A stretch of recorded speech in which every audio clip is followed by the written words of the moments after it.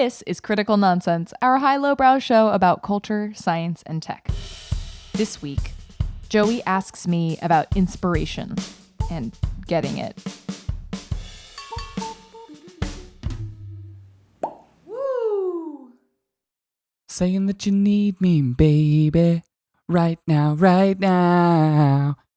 This is what a Joey and new member of Haim sounds like. Me, Joey. And this is what an executive producer and maybe joining the band with me and playing all the instruments and doing all the singing, and I'm just in the band, Jess Vander sounds like. Hi, this is Jess. You know, a nice thing, if we play that song on Google for Emerson, Google like pronounces it with kind of a Hebrew accent, where I'm like, huh. Yeah. I'm like, nice. Is that how they say their last name? I have no idea. I think they are Jewish, but I don't know.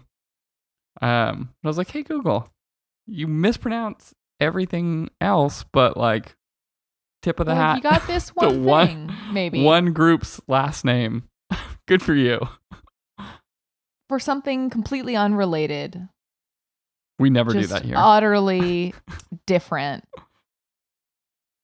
How come no other fruit is cut like a mango? Like, how come we don't do that like crisscrossy splay thing? I do that with avocados. Really? Yeah. But do you don't invert it and have sort of the... You do? Yeah, that's how... I didn't know that was a unique thing. I thought that's how you're supposed to do it. That's wild. I think some people might do the crisscrossy in sort of the nook of the avocado, but then they'll scoop it out with a spoon. Whereas I think there's something uniquely mango where you just like boop and you like pop it to sort of splay out the other direction. Pop it. Twist it. Bop Spin it. Do. Oh my gosh. Anytime anyone wants to play Bop It with me, Bop It Extreme, I would prefer. I'm not that extreme. Okay. I'll only bop it moderate. Intermediate bop it. No housekeeping. You know this house is clean. Housekeeping. Joey?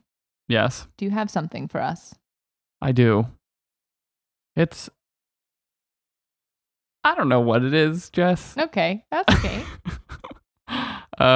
What you listeners don't know is that we're doing 2 mini shows today at the same time because there was a file deletion accident. We will not say whom of any of the 3 of us had the file deletion accident, but a show was lost.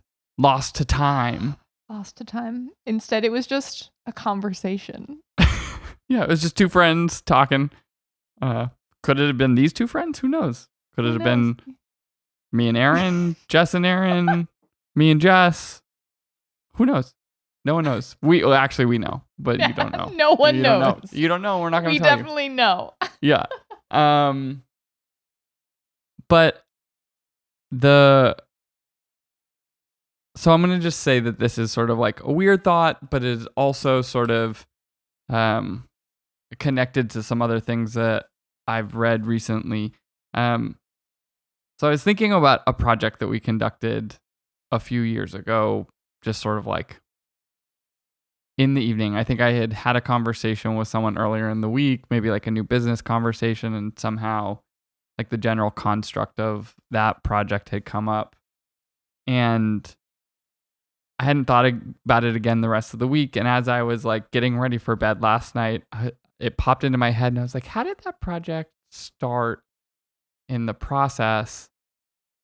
And it like the sort of impetus and like the creative exercise that happened on that project that ultimately led to like a very financially successful outcome for the client began with like me watching The Office and taking something that Andy said in The Office and like somehow translating it with a bunch of people and a bunch of client teams and all of that, not like taking credit, but like the beginning of the thread between how does this project start to tens of millions of dollars was not for, we didn't make tens of millions of dollars. The company did, was like a dumb joke on The Office. And the reason I'm like thinking about that is I'm wondering a lot about like, can you capture that? Is there like a learning in this case, or is this just like a dumb serendipity story? You know what I mean? Where is it like, is there something about allowing ourselves to be inspired from weird or non-obvious places and tying it to, you know, our work or our side projects or our relationships or wherever, but like drawing inspiration from weirder places. And I'll just also prime the conversation, say Shayla on our team, Shayla Villalobos, had shared an article with the team about how like the exercise of creativity and like very creative people like short circuit like normal pathways and are drawing wider connections. I'll go find it as we're talking and give the authors credit.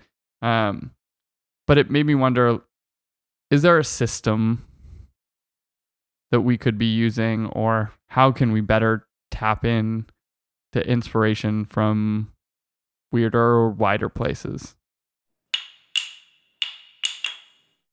Love that. You will hate the fact that like secretly this is a humble brag, but I love it.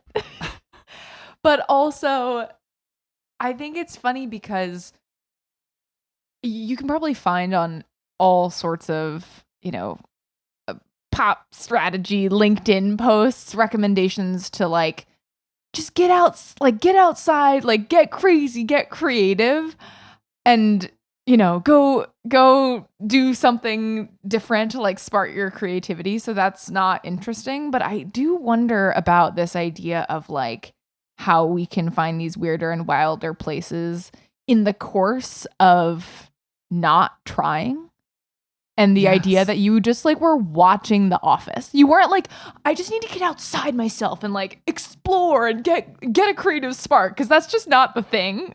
The thing is the fact that you just were like, oh, that makes me think of this other thing that is totally unrelated. Like, that's the interesting part. Yeah, there's like a part of it too where I'm like, is this something about like naivete of, you know, like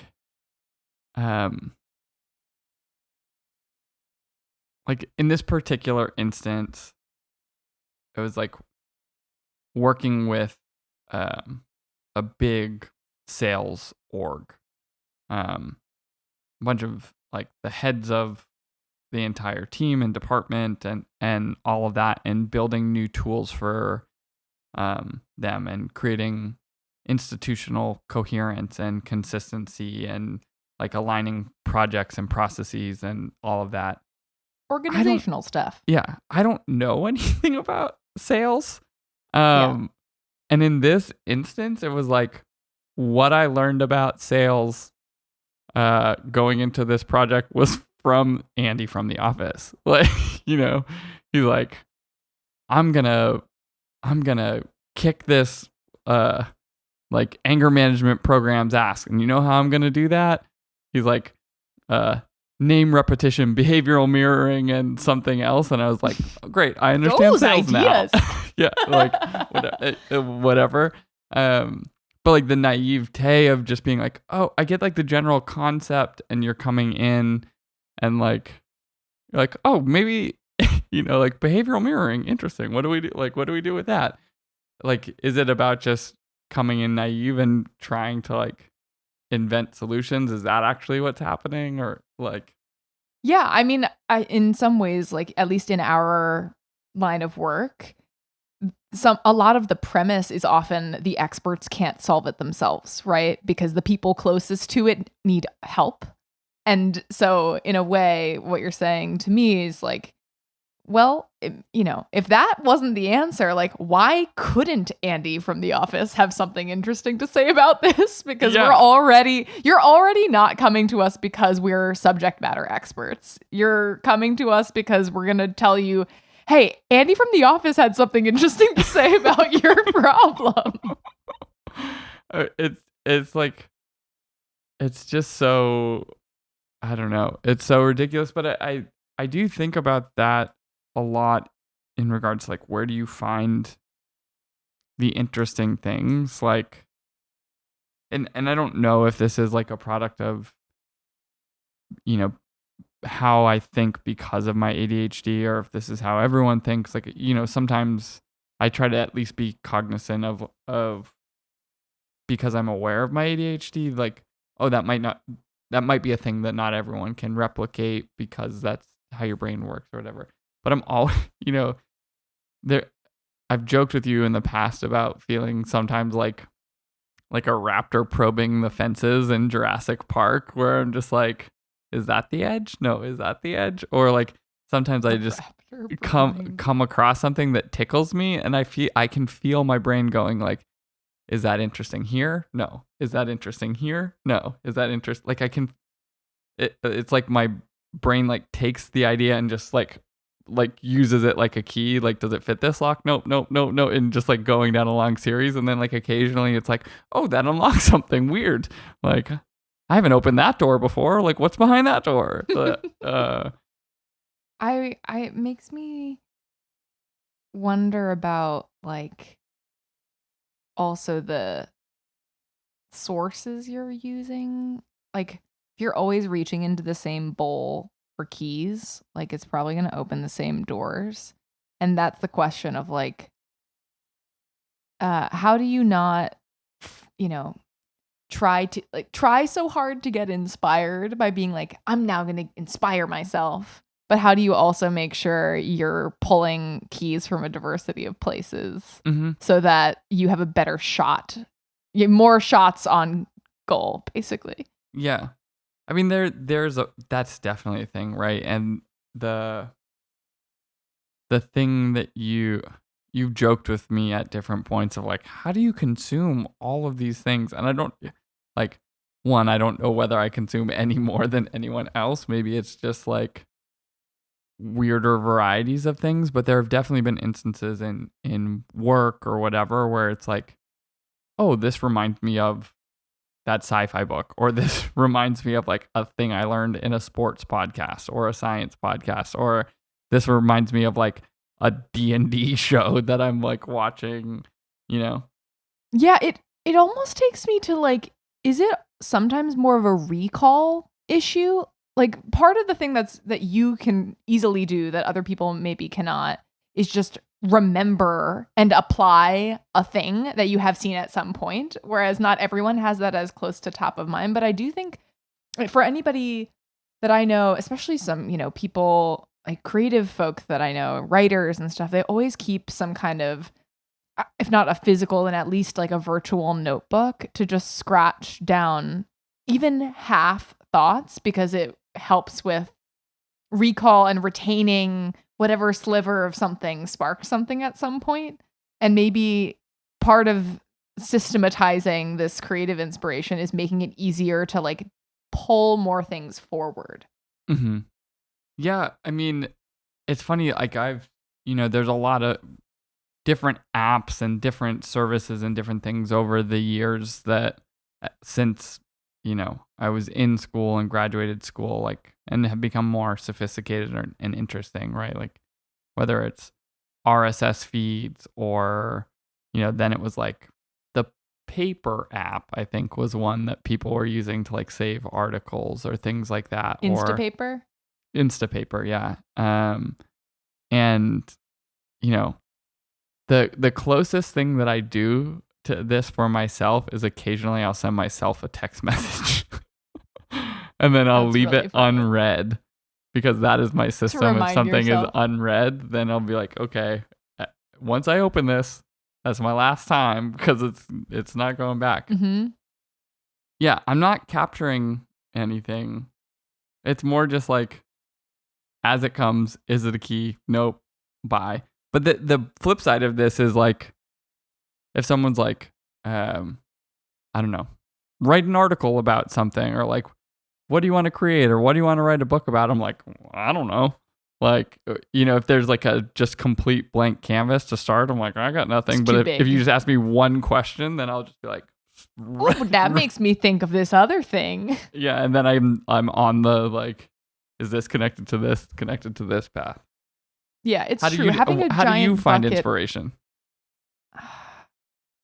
I mean, or where do you get it the from when you're thing- like coming into a challenge? I don't know.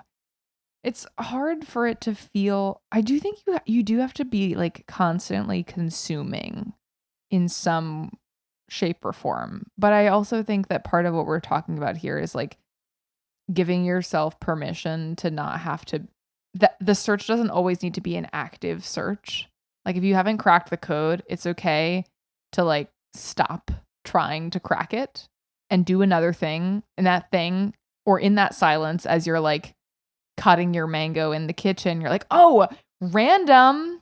But this, we've had a lot of conversations on the show about boredom sparking creativity. And I do think like for me and probably many people I know, the sort of ramming your head against the wall in the hopes that that is going to produce something after a certain point is no longer useful. But that's not really interesting. Yeah, I mean, the walking away part is definitely like, the throw it in your subroutines and walk away is like using mixed metaphors, but like just like I don't know, maybe 3 or 4 weeks ago, it was like a Friday night. I'd watched a movie with my wife. I was like doing the dishes. Before I started doing the dishes, I took like one hit off of a weed vape pen, and I went to go do the dishes, and then I was like, all of a sudden I started writing lines for something that like me and a team had been thinking about for a while. And I just like sat down, wrote an entire manifesto for something, and just like sent it off. I was like, I'm not even gonna read it. I don't know. I'm just gonna send it out. Have a great weekend. I can't help myself. Yeah. Or, like getting up and walking away and doing those things is like, yeah, you can't force it. But like you do such interesting, like on Jess and I have been working on this side project, which we won't name here, because I don't know that we're ready for that. We're just not ready for it. We're not ready. But you did like a menu that you created off of like things from the side project. There's like the side project has nothing to do with food or things like that, but you just took the concepts and names and people and whatever and made like it into a menu, which is just like so bizarre and wonderful. And I'm like, how did you come up with like, I'm just gonna make this into a menu? Well, this is the thing, right? If you start seeing patterns in the course of this randomness, like I just noticed that everyone keeps mentioning foods. And I was like, why?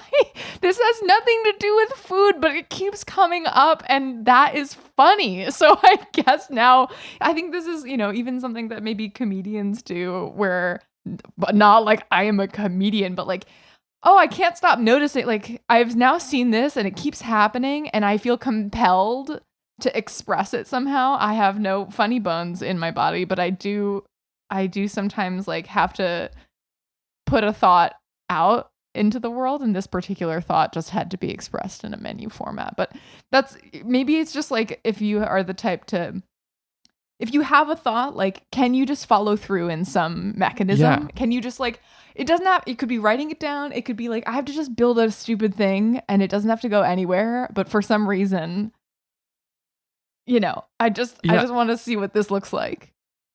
Is it a thing? Like that question, I think, is out of the conversation that we've been having so far, certainly out of anything I've said, like that's the thing I kind of connect with the most. It's just like, I was about to do dishes and I was just like, started writing things in my head. I'm like, is this a thing? Like, I don't know. Like, just go see instead of being like, I'll write it later, Yeah, it's you know what it is? It's like, take that phenomenon where you wake up in the morning and you dreamt something very specific, and those like 5 seconds where you still remember it, you're faced with a moment of like, should I write this down or something? Because if I don't, I will not.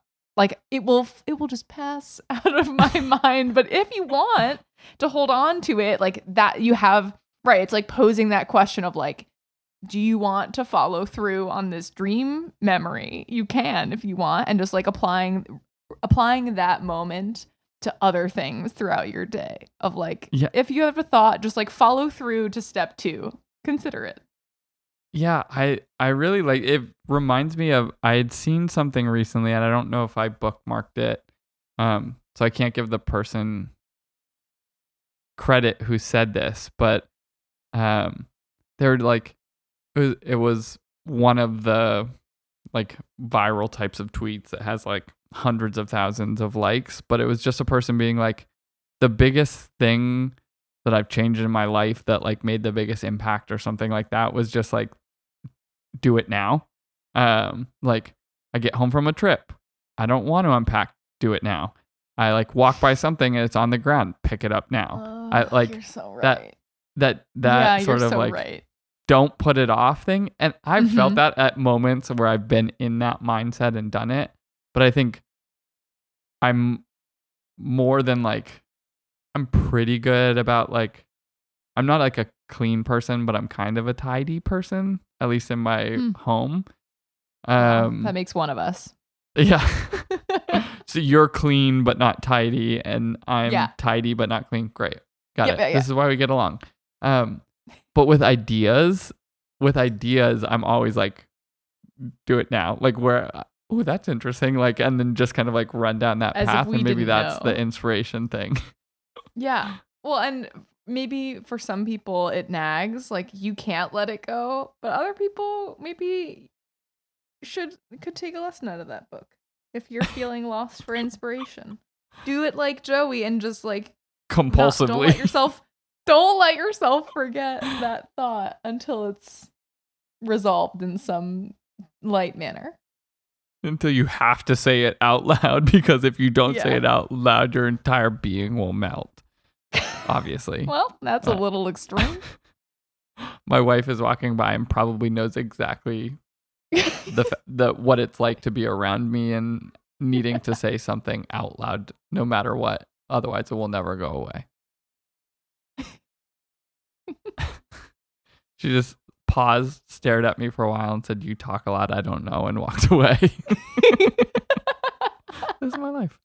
Well, Jess, can that take us to Jess's inspiration corner? What began? We've gotten so far away from calling it a wrap-up corner. I haven't called it a wrap-up corner in so long that anyone who picks up the show now is like, why is she on a corner, and why is it always changing? So anyways, random. Jess's inspiration corner. It's true.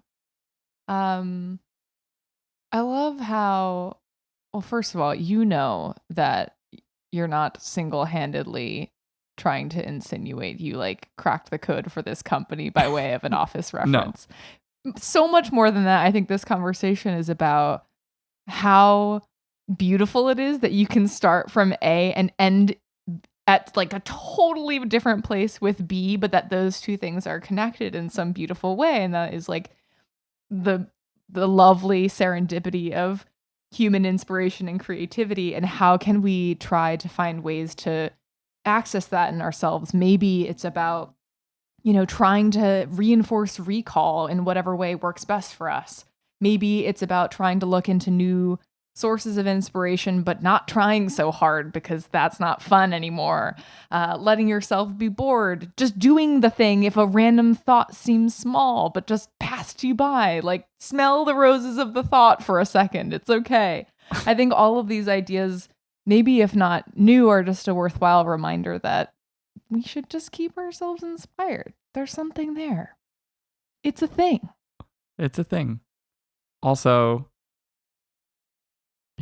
listen for things that people didn't say, but it would be funny if they did. Like, smell the roses of the thought made me think of THOT.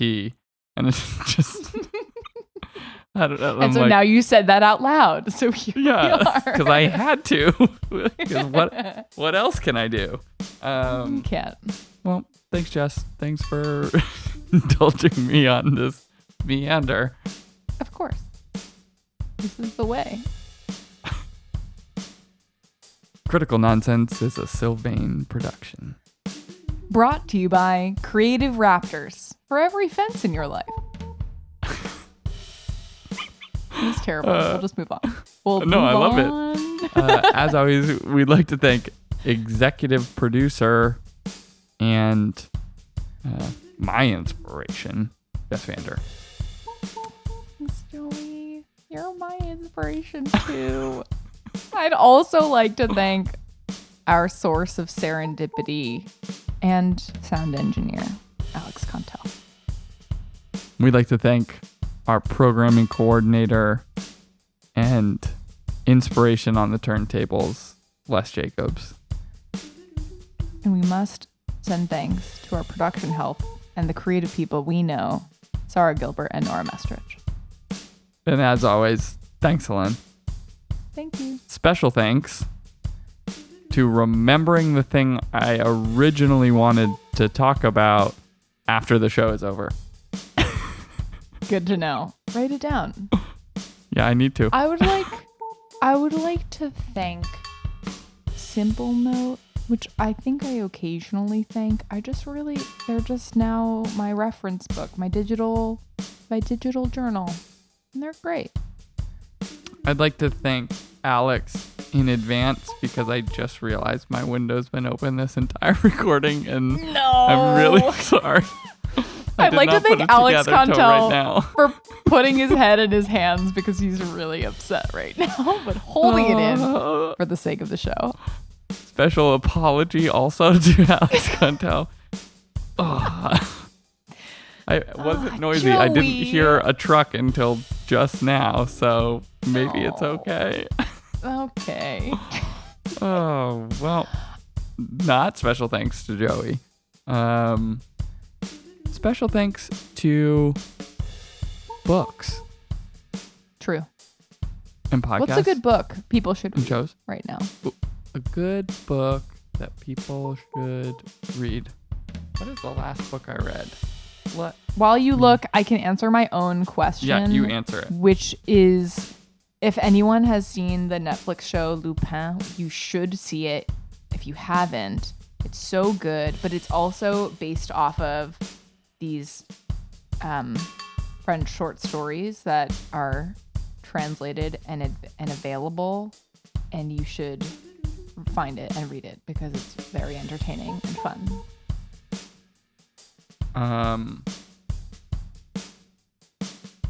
The last book I read was Fall or Dodge in Hell by Neil Stephenson. I don't know whether I enjoyed it. I don't know whether it would be like, it's one of those books where I'm like, you have to read it or whatever. But if you like Neil Stephenson, you'll like it. But it's interesting because it is speculative fiction around sort of like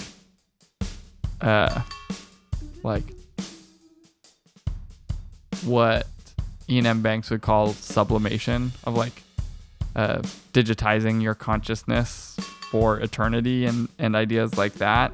And I really enjoyed it, but I can't say whether I would recommend it, but it has fun ideas.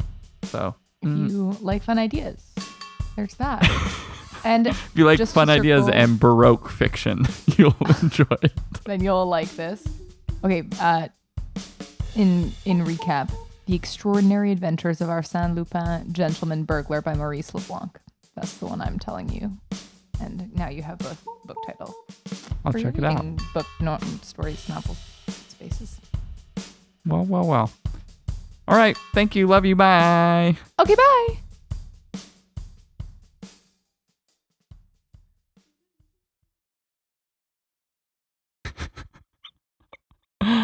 Oh man, every time I go to start a song at the beginning of this show, I just laugh at myself. I'm like, saying that you need me, baby, right now, right now.